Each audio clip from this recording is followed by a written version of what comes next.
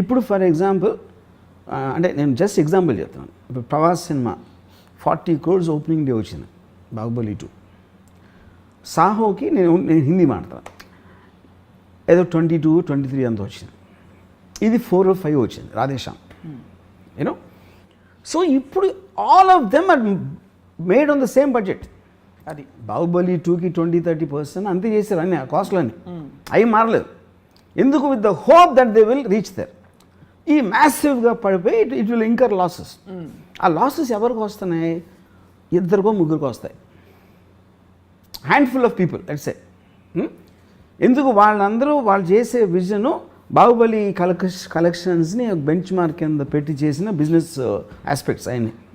Okay, so ఒక విధంగా చూస్తే ఈ 10 మంది అంటే నీ ఊరికి ఫిగర్స్ పడేస్తున్నా. 300 crores బాహుబలి అని అయింది అంటే 300 crores 2000 crores ఏమో బాహుబలికి వచ్చింది సపోజ్. వీళ్ళు ఏంటి 500-400 కోట్లు పెట్టి 400 అంటే 10 మంది తీసారు అనుకోండి, 4000 కోట్లు. 4000 కోట్లో 3000 కోట్లు పోయినాయి. అప్పుడు రాజమౌళి మలాన ఇంత నష్టం వచ్చింది ఇండస్ట్రీకి అంటే చాలామంది నాకు కొంతమంది ప్రొడ్యూసర్స్ ఈ రాజమౌళి నాశనం చేసాడు నా కొడుకు అని బూతులు తిరిగినాం. ఎందుకు? వాళ్ళకి అక్కసు. ఇప్పుడు వాడి సినిమా ఆడింది కాబట్టి ఇప్పుడు ఈ ప్రతి డైరెక్టర్ నాకు అది కావాలి, విఎఫ్ఎక్స్ కావాలి, ఈ సబ్జెక్ట్ తీస్తా ఆ సబ్జెక్ట్ తీస్తా అని దొబ్బుతున్నాడు. హీరోలేమో ప్రభాస్ అంత అయినప్పుడు మేమేం తాపకూడదు అని వాళ్ళు అనుకుంటున్నారు. వీళ్ళిద్దరు కోరికలు తీర్చడానికి ప్రొడ్యూసర్గా మేము చచ్చిపోతున్నాం అన్నారు. అయినా కూడా ఎందుకు తీశారు? వాళ్ళకి ఆశ ఉంది కదా. ఫైనల్గా నేను 500 కోట్లు పెడితే 2000 కోట్లు రావడానికి ఛాన్స్ ఉందని ఆశ ప్రొడ్యూసర్కి మాత్రం ఎందుకు ఉండదు? అది ఓకే, 2000 కాదు, 1000 కాదు, 500 అంటే మీకేంటి ఒక మార్జిన్ అంత పెద్దగా ఉందని ఫీలింగ్ ఉంది, యూనో. ఇంకోటి, మీరు రూమ్లో ఉన్నప్పుడు మీ కథ మీకు బాహుబలి కథ కన్నా బాగుంటుంది, RRR కన్నా బాగుంటుంది. మీరు రూమ్లో ఉన్నప్పుడు చేయొచ్చు అనిపిస్తుంది. మనం ఆ విఎఫ్ఎక్స్ తీసుకొస్తే మనం ఈయన తీసుకొద్దాం, ఫాస్ట్ అండ్ ఫ్యూరియస్ చేసినోడిని, లేకపోతే నో టైమ్ టు డై చేసినోడిని, లేకపోతే అవెంజర్స్ చేసినోడిని. అది మార్చేటప్పటికి వాళ్ళు మొత్తం అంతా అయిపోతుంది అన్న ఫీలింగ్ వస్తుంది. ఇది కూడా actually it was not like a new thing. Sholay వచ్చినప్పుడు జరిగింది అది. అప్పుడు ఒక చాలా పెద్ద producer, forgot his name, burning train అని తీసాడు ఒక సినిమా. అవును, గుర్తుంది. బర్నింగ్ ట్రైను వాళ్ళు అప్పుడు ఆ మిక్సింగ్ అంతా లండన్లో చేసినప్పుడు ఆ ప్రొడ్యూసర్ మాటికి ఫోన్ చేసి ఆ టెక్నీషియన్స్ అందరూ షోలేలో పనిచేశారు, సౌండ్ వాళ్ళు. ఆ సౌండ్ కూడా చెప్పాడు నాకు ఎలా ఉంది సినిమా అంటే చాలా బాగుంది సార్. షోలేలాగా ఆడుతుందా, షోలే కానీ ఎక్కువ ఆడుతుందా చెప్పమన్నాడు అండి. అదేమో డిజాస్టర్ అది బర్నింగ్ ట్రైన్ ఫైనల్గా. సో ఇది ఎప్పుడు జరిగింది, not like the first time. But ఇప్పుడున్న నంబర్స్, స్కేలు, దాని sound in the social media, that is where the whole point is. అది ఓకే. సో ఇప్పుడేంటి, ఒకలాగా చూస్తే రాజమౌళి మూలాన ఇండస్ట్రీకి 10,000 కోట్లు నష్టం వచ్చింది అనుకుందాం ఒక నిమిషం. కానీ అక్కడ ఒక ఇది ఏంటంటే స్ట్రేంజ్ థింగ్, 10,000 కోట్ల నష్టం రాలేదు. 10,000 కోట్ల నష్టం 2-3 వచ్చింది, 2, 10, 100, 20. డబ్బులని ఇండస్ట్రీ ఎప్పుడు పావు, దట్ ఈస్ ఎ మిస్కన్సెప్షన్. ఎవరైనా ఒకటి జేబులో ఇంకోటి జేబులో కాదు. మీకు 400 కోట్లు ఖర్చు అయినది అంటే ఏంటి దాని అర్థం? మీరు ఆర్టిస్టులకి ఇచ్చారు, టెక్నీషియన్స్కి ఇచ్చారు, వెండర్స్కి ఇచ్చారు, వర్కర్స్కి ఇచ్చారు, జూనియర్ ఆర్టిస్టులకి ఇచ్చారు. ఈ అన్ని అందరి జేబుల్లోకి వెళ్ళినప్పుడు ఒకరి జేబులోంచి వీడికి ఖర్చు అయింది, వాళ్ళకి వచ్చినాయి. ఐదరు ఉన్నోడు ఖర్చు పెట్టగలుగుతాడు, లేకపోతే రేజ్ చేసే కెపాసిటీ ఉన్నోడు ఖర్చు పెట్టగలుగుతాడు. సో వాడి నుంచి అందరికీ వెళ్ళినాయి. అప్పుడేంటి, రాజమౌళి తనకి తను తెలియకుండానే ఒక ఎక్స్ట్రాడినరీ చారిటీ చేశాడు. ఇది రాజమౌళి జేబుల నుంచి వెళ్ళదు అది. కానీ రాజమౌళి మూలాన వీళ్ళు ఇన్స్పైర్ అయ్యి వాళ్ళు ఏదో చేద్దామని వాళ్ళ డబ్బులని వేరే వాళ్ళకి దానం ఇచ్చారు. ఈ తప్పు రాజమౌళి గారు అంటారు.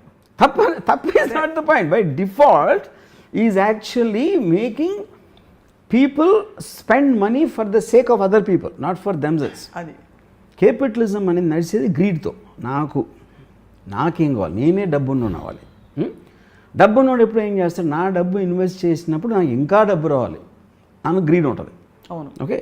ఆ గ్రీడ్ తోటి ఒకే సినిమాతో 2,000 కోట్లు కొట్టేద్దాం, 500 కోట్లు ఖర్చు పెడితే 2,000 కోట్లు వచ్చేస్తుంది అనే గ్రీడ్ తోటి ఇన్వెస్ట్ చేశాడు. ఈ 500, 400 కోట్లు పోయినాయి అనుకోండి సపోజ్. ఈ 400 కోట్లు వేరే వాళ్ళ దగ్గరికి వెళ్ళి అప్పుడు మంచి జరిగినట్టే కదా. అవును. Which is what the whole point of society. సొసైటీలో ఎంతో కొంత సమానత్వం ఉండాలి, ఒకే ఒక్కరి దగ్గర ఉండిపోకూడదు. Money should not be concentrated on a few people అనేది ఒక బిలీఫ్ సిస్టమ్ ఉంది. మీకు అప్పుడు ట్రికల్ డౌన్ ఎకానమీలో వాళ్ళ ఇన్వెస్ట్మెంట్లో వస్తూ ఉంటుంది అలా కిందకి అది. తప్పకుండా. సో అప్పుడు దాన్ని ఫెసిలిటేట్ చేసినోడు రాజమౌళి.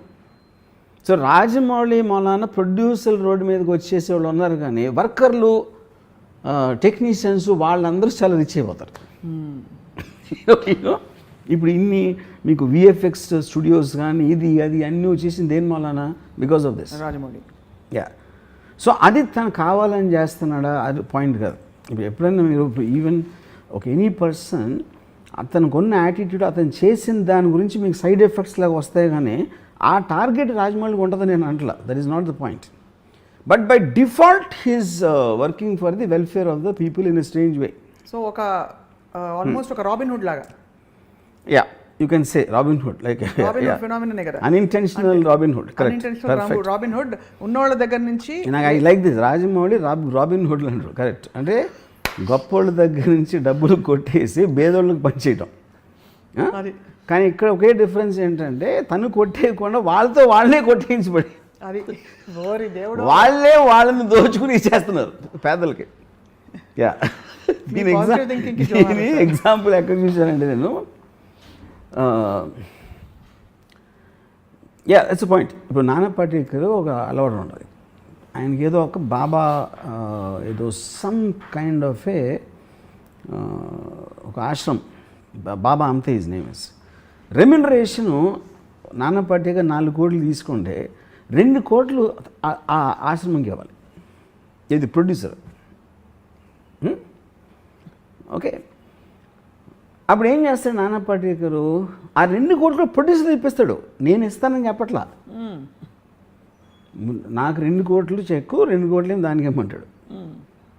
ఓకే, అప్పుడు నానా పాటేకర్ కావాలి. నానా పాటేకర్ 2 కోట్ల 4 కోట్ల పాయింట్ కాదు అది. ఈ 4 కోట్లు ఒప్పుకుంటే ఆడు ఎవరెవరికి ఇమ్మంటే అడిగేస్తాడు.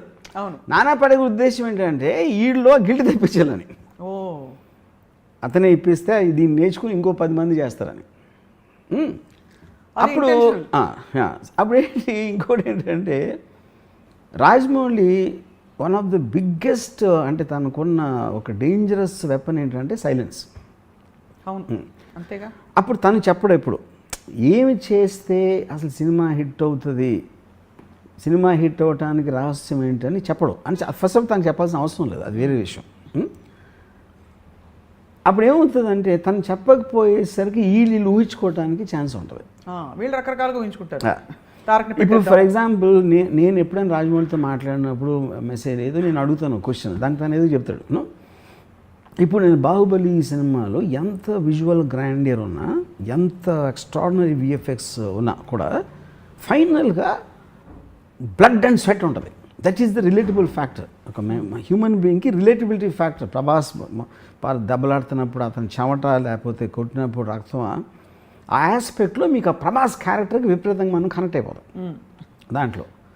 అది ఇప్పుడు మీరు విఎఫ్ఎక్స్ ఇప్పుడు ఈ రాధేశ్యామ్లో కానీ లేకపోతే మన ఆదిపురుష్ టీజర్లో you don't find that. That is the reason మీకు ఒక సడన్గా ఒక నెగిటివ్ ఫీడ్బ్యాక్ వచ్చేస్తుంది. అవును. ఇప్పుడు ఒక అమ్మాయి థియేటర్లో కూర్చుంటే she can fall in love with Prabhas in Baahubali. I don't think she will do that same in ఇప్పుడు చెప్పిన సినిమాలో ఆదిపురుష్. సో ఆ కైండ్ ఆఫ్ ఏ కొన్ని ఆస్పెక్ట్స్ అనేది మీకు పర్సనల్గా ఉంటాయి. ఇప్పుడు తను సైలెంట్గా వెళ్ళిపోయినప్పుడు వీళ్ళందరూ వీళ్ళు ఊహించుకొని వీళ్ళు తీసేసి ఇది జరుగుతుంది. కానీ దీని వల్ల సినిమాలు తీయటం మానేస్తున్నారా, ఇంతంత నష్టాలు వస్తున్నాయని ఎవరు చేయట్లా. ఎందుకంటే ఆల్రెడీ తను బెంచ్ మార్క్ చూపించడం ఉంది. You can't erase that fact. ఏ మంచి సినిమా వస్తే 2,000 చేయొచ్చు, 3,000 చేయొచ్చు అనేది చూపించేసాడు కాబట్టి అది ఫ్యాక్ట్ ఆఫ్ ద మ్యాటర్. దాన్ని మీరు ఏం చేయలేరు.